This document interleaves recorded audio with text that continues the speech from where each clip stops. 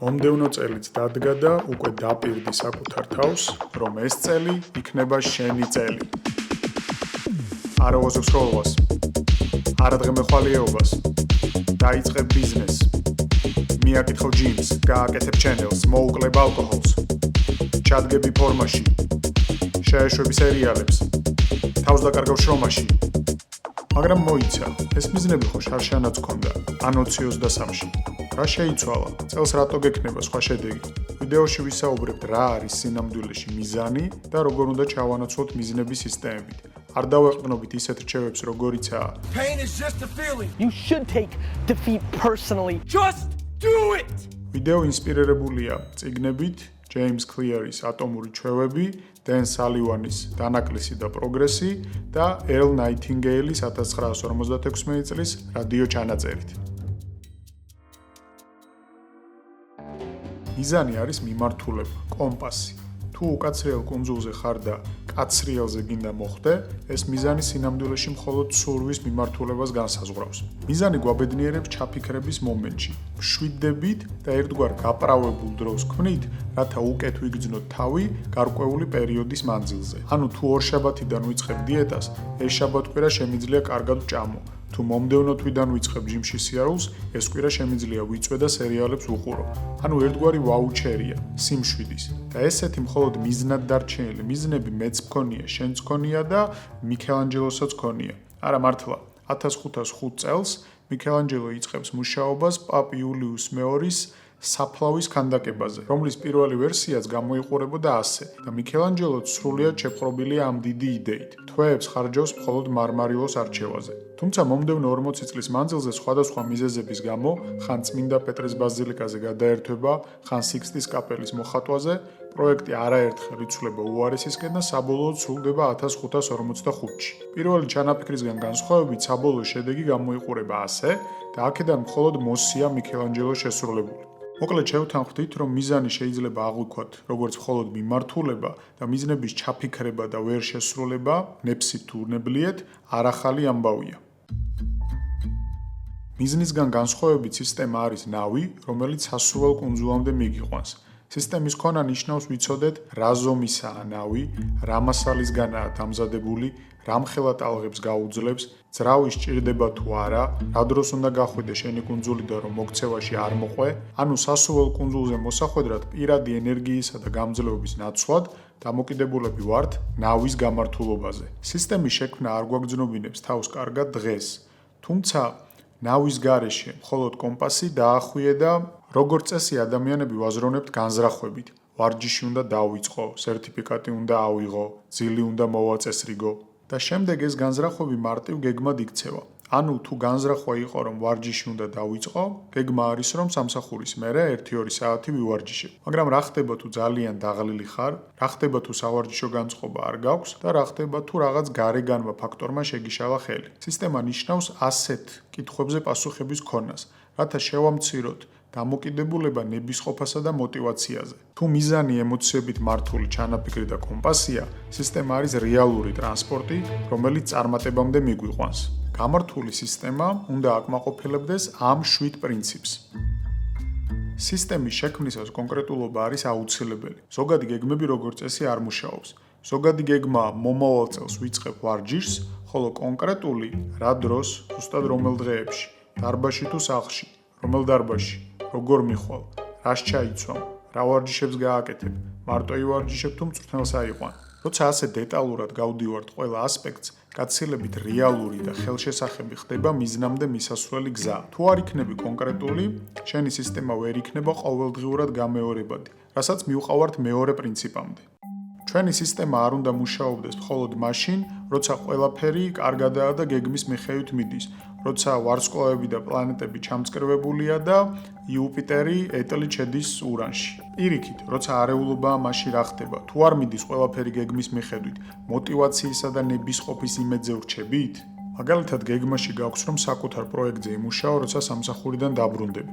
მაგრამ რა მოხდება თუ სამსახურმა ცალკე გადაგღალა, საცობმა ცალკე, სახლში რომ მოხვედი და ივახშმე, მოითენთე და უკვე განწყობაც მხოლოდ დასვენებისკენაა მიმართული.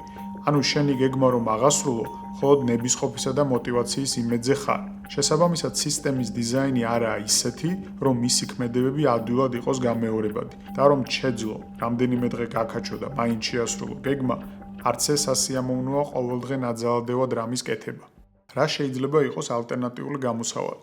იქნებ ჯობდეს, რომ სამსახურშივე დარჩე, იქ იმუშაო შენს პროექტზე ზედმეტი რამდენიმე საათი, საცობსაც ასწდე და ამითი დრო დაზოგო. ან შეგიძლია დილით სამსახურში წასვლამდე იმუშაო შენთვის მნიშვნელოვან პროექტზე, ან სამსახურში ადრე მიხვიდე და სანამ რუტინული სამუშაო დღე დაიწყება, მანამდე დაუთმო დრო შენს პირად გამოწვევას.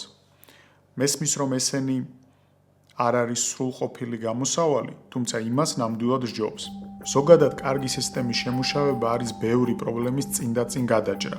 ის რომ გადაჭრის პირველი ვერსია არ არის საუკეთესო, არ ნიშნავს რომ არ არსებობს გადაჭრების ისეთი კომბინაცია, რომელიც იმუშავებს. უბრალოდ მოძებნამ შეიძლება წაიღოს დიდი რესურსი და სწორედ ამ ენერგიისა და დროის დათმობა სერიოზული დისკომფორტი, რომლის გაღებაც ხშირ შემთხვევაში არ გვინდა. თუმცა რომელი უფრო დიდი დისკომფორტია ამ ენერგიისა და რესურსის დათმობა სისტემის დიზაინისთვის თუ ყოველდღიური სინანული რომ შენთვის მნიშვნელოვან მიზანს ვერ აღწევ, ეგ ცალკე საკითხავია. უნდა არსებობდეს რაღაც, რაც შეგახსენებს სისტემის მიხედვით ქცევას. ეს შეიძლება იყოს წინა საღამოს დაგეგმილი დღე, მოწესრიგებული კალენდარი Outlook-ში, ნოუთი მაცივარზე, ან Duolingo-s ვიჯეტი. Duolingo არის ჩემი აზრით ერთ-ერთი სიკეთე ინტერნეტში, ენის შესასწავლე აპლიკაცია და რადგან მე ხმოვანი შეტყობინები არ მიყვარს, აი ესე მახსენებს ტელეფონის ეკრანზე ყოველი დახედვისას იმ დღეს ვიმეცადინე თუ არა. ანუ მახსენებს სისტემის მიხედვით ქცევას. ემოციური წინააღმდეგობები და გადაწყვეტილებების დაღლილობა ხდის სისტემას რთულად შესასრულებელს. აი დაუშვოთ ჰოლივუდურ ფილმში როლზე დაგამტკიცეს და გადაღებებამდე ფორმაში უნდა ჩადგე. შესაბამისად ვარჯიშის მეთოდს და კვებას გიმზადებს სხვა და უეცრად გაცილებით ადვილი ჩანს ფორმაში ჩადგომა. მაგრამ რატომ?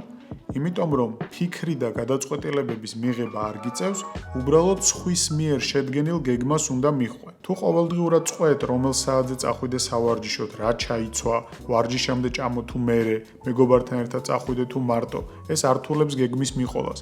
ნაადრევად დაგეგმილი სისტემის მიყოლა კი ადვილია. ყვადილით ადრე, სალონში მისვლა, გარეთ გამოყვანა და სიყვარულის ასლა. ანუ ამ პრინციპის მთავარი კითხვაა, რა გახდის სისტემას მარტივს და ჩამომაცილებს ყოველდღიურად გადაწყვეტილებების მიღებას. აი დიეტაზე თუ ხარ და მოგშივდა, უკვე გვიანია.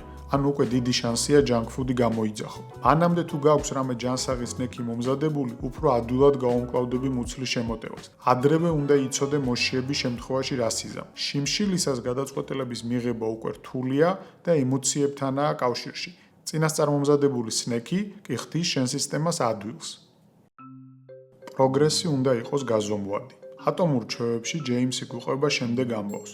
1970-იანების ენერგოკრიზისის დროს ამსტერდამის ერთ-ერთ გარეუბანში აღმოაჩინეს, რომ ერთნაირი ზომა-წონის სახლები 30%-ით განსხვავებულ ელექტროენერგიას მოიხმარდნენ. ისინი ერთმანეთისგან არ განსხვავდებოდნენ არც ტექნიკით, არც თბოიზოლაციით და არც მფლობელთა ფინანსური შესაძლებლობებით. მთავარი განმასხვავებელი ელექტრომრიცხველის მდებარეობა იყო. სახლი, სადაც მრიცხველი შესასვლელში ყველას თვალწინ იყო მოთავსებული, მოიხმარდა საგრძნობლად ნაკლებს, ვიდრე სახლი, სადაც ის სარდაფში იყო მიმალული. როცა რაღაც ადვილად შესამჩნევი და გაზომვადია, ჩვენ ვცვლით ქცევას. ბენ სალივანს კი აქვს ესეთი ფრაზა, რომ პროგრესი ყოველთვის უნდა გაზომო უკუღმა, მხოლოდ დააკვირდე განვლილ მანძილს, ნაცვლად იმისა, რომ დარჩენილზე ფოკუსირდე. ასეთი მიდგომა გვეხმარება დავაფასოთ ჩვენი მიღწევები და ზრდა, რაც ხელს უწყობს თავდაჯერებულობას. ხოლო რასაც ზომავ, იმას აუმჯობესებ. შესაბამისად, პრინციპი ნომერი 6 გამოიყურება შემდეგნაირად. როგორც კი სისტემას ააწყობ, მთავარი საქმე მისი მუდმივი მონიტორინგი და განახლება ხდება. სისტემის პირველი ვერსია დიდი ალბათობით წააგავს წყლის გაყვანილობას, რომელიც ბევრი ადგილიდან ჟონავს. ჩვენი მისიაა ესეთი ადგილები აღმოაჩინოთ და შევაკეთოთ. სიტყვაზე მე ძალიან მიჭირს კონცენტრირება ხმაურისას და ჰიდროლენტა, რომელიც შეგიძლია დაუპირისპირო ამ პრობლემას, არის ყურსასმენები, როცა მაგალითად რაღაცას უსმენ და მეტნაკლებად დაახშო გარეგანი ხმაური, ამის ალტერნატივა და განახლება არის ყურის საცობები, რომლებიც გარეგან ხმაურს კარგად ახშობს, მაგრამ ზოგადად არაკომფორტულია და გარშემო სამყაროს აღქმასაც კარგავ. კიდე ერთი განახლება შედარებით განსხვავებული, რაც მოვიძიე პრობლემის გადასაჭრელად, არის ესეთი დამხშობი, რომელიც ხმაურისას გამოიყენება, ანუ ამას იკეთებ და გარეგან ხმაურს ახშობს და ყურშიც რაღაცები არ გაქვს ჩარჭობილი, ანუ დისკომფორტი ძალიან დიდი არ არის, თუმცა უკვე ვეღარ უსმენ მაგალითად კომპიუტერში ან სადმე, როცა გინდა ან ვიდეო ჩართო ან ნებისმიერ მოსასმენს. ამიტომ ამის კიდე ერთი განახლება არის ჯერ ყურსასმენები და მერე ეს. აქ უკვე რაღაც ისეთ ვერსიამდე მივედით, სადაც თან მოსმენა ჩემი ძლია, რაც მინდა და თან გარედან შემოსულ ხმაურსაც ვახშობ. მოკლედ ეს არის სისტემის მუდმივი მონიტორინგი და განახლება, რათა პრობლემა აღმოიფხვრას. თუმცა, რამდენადაც ჰიდროლენტა კარგი გამოსავალია, ჰიდროლენტებით სავსე სისტემა არ არის სანდო. სიტყვაზე დაგრჩა ყურსასმენების ადმე, ან ეს გაგიფუჭდა, რა იმ დღეს ფოკუსირება და მუშაობა ვეღარ უნდა შეძლო, ანუ სინამდვილეში გამოსავალი კონცენტრაციის უნარის გაუმჯობესებაა. ზოგადად ყავაც ჰიდროლენტაა, სიმპტომის მკურნალობა, რადგან დაღლილობის მიზეზი შეიძლება მოუწესრიგებელი ძილი იყოს. ყავა მაინც ერთჯერადი გამოსავალია. სისტემა უნდა იყოს იდენტობაზე დაფუძნებული. სისტემის არაეფექტურობის ნამდვილ მიზეზებზე მუშაობა ჩვენი ჩვევების ცვლილებას ნიშნავს. ჩვევების ცვლილება უკვე შენი პიროვნების ცვლილებას გულისხმობს. იდენტობაზე დაფუძნებული სისტემა გაცილებით მტკიცია მოტივაციაზე დაფუძნებულისგან განსხვავებით. რადგან ეს ცოტა კომპლექსური თემაა და ალბათ ცალკე ვიდეოსაც საჭიროებს, ავხსნათ მხოლოდ მაგალითებით. მე ვცდილობ დღეს ვივარჯიშო. მე ვარ ისეთი ადამიანი, ვინც ვარჯიშს არ აცდენს. მე დღეს ბევრი საქმე უნდა გავაკეთო. მე ვარ ადამიანი, რომელიც დღეს საქმით იწყებს სოციალური ქსელების გახსნის ნაცვლად. მე ვცდილობ ვიკვებო ჯანსაღად. მე ვარ ადამიანი, ვინც მომდევნო დღის კვებაზე წინა საღამოს ზრუნავს. სისტემა შეიძლება შეიქმნას ნებისმიერი მიზნისთვის და შეიძლება ერთი შეხედვით ისე ჩანს, რომ სისტემების ქონა რობოტივი ცხოვრებას გულისხმობს. თუმცა სინამდვილეში პირიქითაა. რა ჯობია, როცა მენტალური ენერგია გამოთავისუფლებულია სისტემების წყალობით და არ გიწევს ყველაფერზე ფიქრი ერთდროულად. იქნებ მიზნის მიღწევის მთავარი საიდუმლო უბრალოდ სისტემის დეტალური სიის ქონაა. ერლ ნაითინგეილი, მე-20 საუკუნის ალბათ ერთ-ერთი ყველაზე გავლენიანი ავტორი პერსონალური განვითარების თემატიკაში, თავის ერთ-ერთ რადიო ჩანაწერში ყვება, რომ როცა თვითმფრინავები პირველად შეიქმნა, პილოტებად ყველაზე ნიჭიერი და პროფესიონალი ხალხი იყო შერჩეული. თუმცა თვითმფრინავები ხშირად განიცდიდნენ ავიაკატასტროფას და არა არაკომპეტენტურობის გამო, არამედ იმიტომ, რომ პილოტებს ძალიან ბევრი რაღაცის დამახსოვრება უწევდათ. მარტივი გამოსავალი კი უბრალოდ ჩექლისტის, სიის შედგენა გახდა, რომელსაც პილოტი მიჰყვებოდა თვითმფრინავში ჩაჯდომის პირველივე წუთიდან. ნაითინგეილს ეს ისტორია იმის სადემონსტრაციოდ მოყავს, რომ ცხოვრებაში დეტალური სიების საჭიროებას გაუსვას ხაზი, რომლებიც ბევრი საბაზისო რაღაცის თანმიმდევრულად კეთებაში დაგვეხმარება, ნებისყოფის, მოტივაციისა და მეხსიერებაზე დაყრდნობის ნაცვლად.